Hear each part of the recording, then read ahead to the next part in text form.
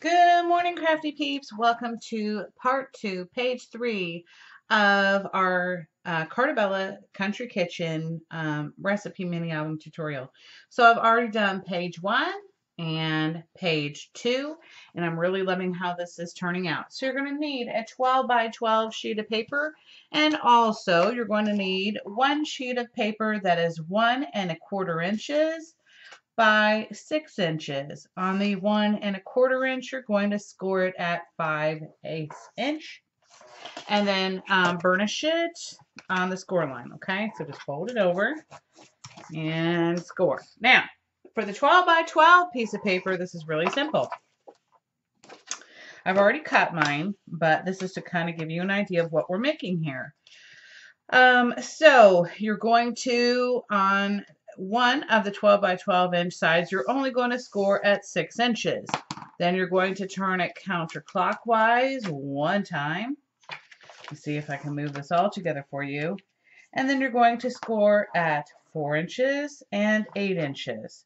Then on your cutting board, you're going to turn it back to the first side that you started on, where you only have the one score line at 6 inches, and you're going to cut it in half. And then you are going to fold these. Okay, and I'm sorry, actually you're going to need 2 of these strips. I apologize, you will need 2. Okay, so for the first one that we're going to do here, I'm going to try to show you exactly what I'm trying to do here. So here's my blank paper, okay, and I am going to paper this first before I attach this, okay, and I thought this would be pretty interesting to do. So with this going like this, okay, we're going to have one of these hinges that is going to be tucked behind my large sheet of pattern paper, okay, or you can put it on top, whatever you want to do. And then it's going to accordion fold. Then, and let me, hold on for 1 second. I'm just going to make another one. Okay, so now I have my 2 strips. This should be 6 inches. Yes. Okay. So on my first one, I want it to be facing up and not down in front of me. So what I'm going to do, I'm going to get my glue, or you can use tape, whichever adhesive you feel comfortable using. I'm going to use art glitter glue, which is normally sold in Tamar store, but during the winter time, it's not, because once it gets cold, it changes its viscosity. I'm just going to lay this down. I'm going to butt it right up to the edge here. And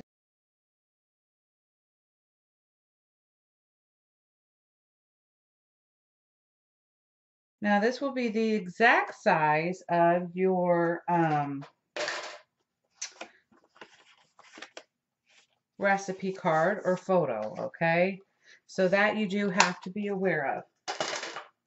Okay, so then what I want to do is, I have my little hinge up here.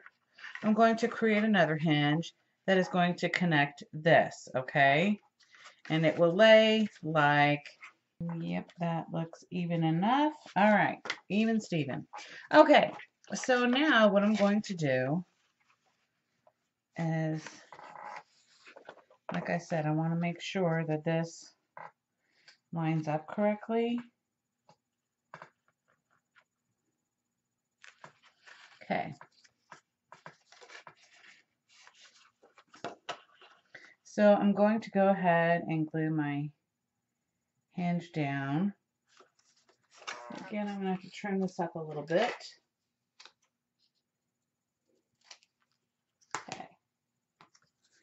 Get out my glue.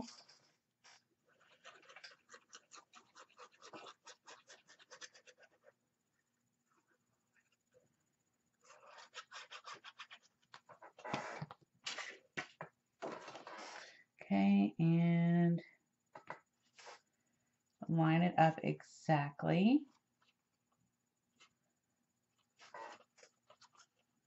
Okay, and then burnish it in. And wipe off your excess glue. Okay.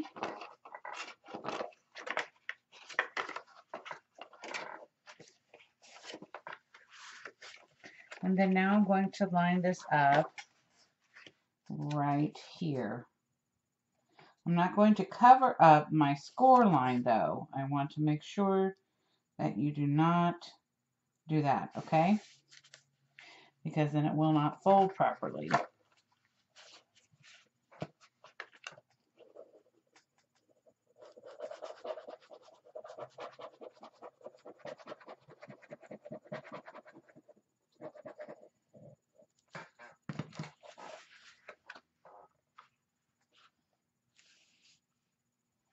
Just line it up. Make sure I give just a little hair where the score line is not covered. Okay. Flip it over. And burnish that in. Okay. So now it's going to look something like this. I thought that was kind of cool. Let me just make sure everything is straight and burnish down so it lies flat. And now I can go ahead and add my paper. So I'll be right back.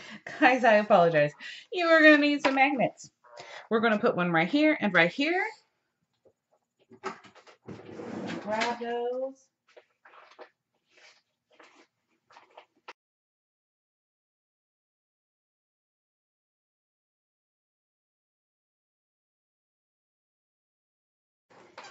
Okay, so this is where we're at so far.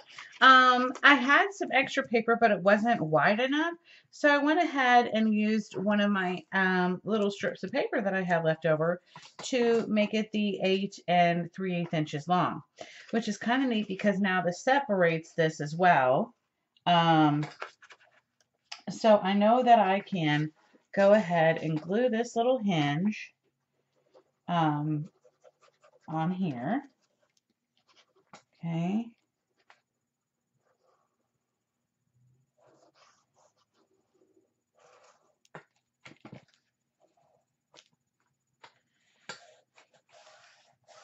And what I'm probably going to do is go ahead and glue recipe cards right on here. And so again, this kind of pulls out like this. But let me go ahead and I can flip this over again and add on my additional magnets to hold this down.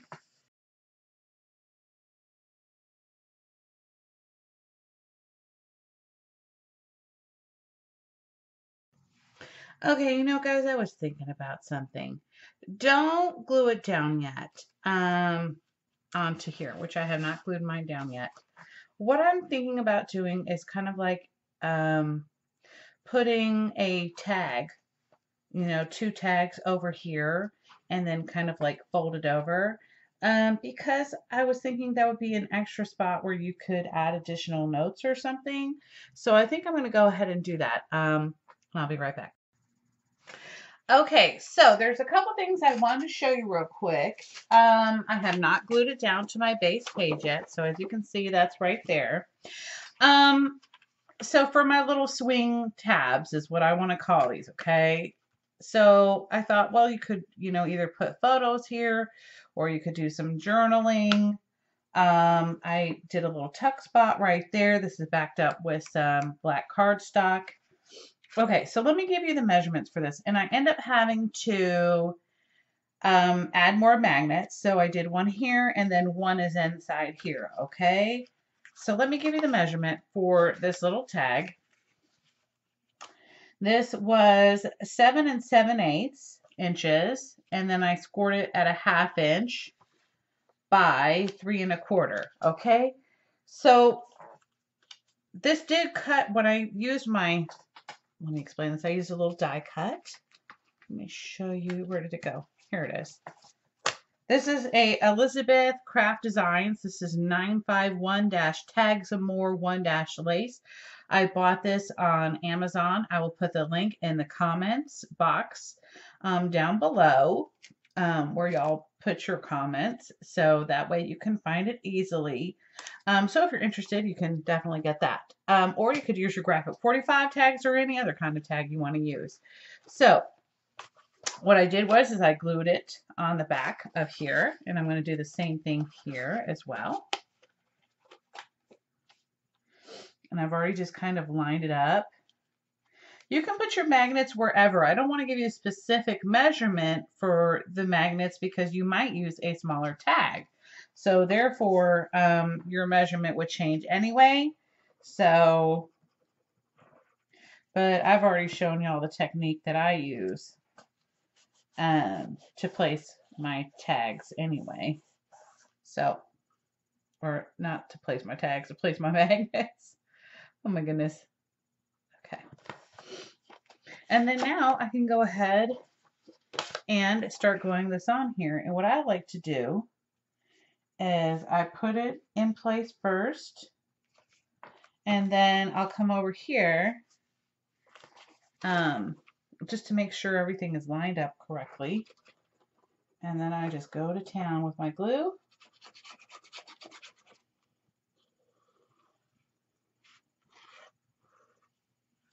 Making sure I get all my edges, especially around my magnets.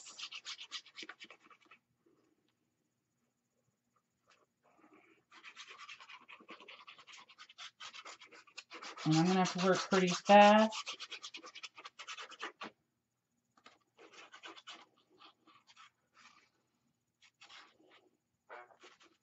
Okay.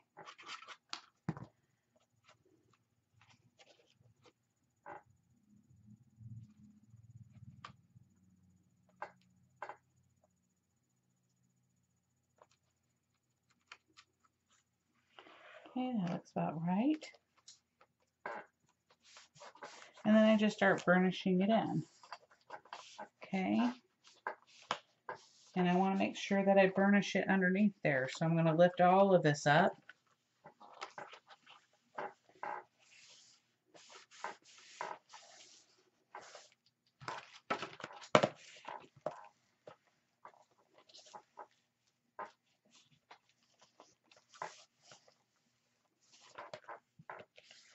Okay, so I did go ahead and paper this and this. And then I will paper the bottoms here. But other than that, the rest I'm just going to go ahead and glue on, or you could use washi tape. If you use washi tape, you can lift this up and be able to write on the back of it or read the back of it. So that's up to you, however you want to work that. If you don't want to use the back of the recipe card, that's okay too.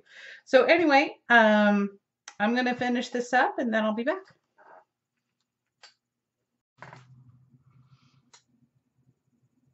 Okay, so I'm really liking how this came out. I did back this up and fussy cut around here with some black paper. And then, of course, like I said, this is magnetic. And I went ahead and did some of these. And then in that same little kit here, it has this little thing here that you can use to hold pictures or whatever you want to call them. Photo holders. Okay, so I thought that was pretty neat. I didn't feel like I need to put 4 on every corner, just 2. It'd be easier to pull them out. These I glued on here. And then I got to go up to the store and get some more recipe cards. But otherwise, I think this is turning out super cute. So next up will be page 4.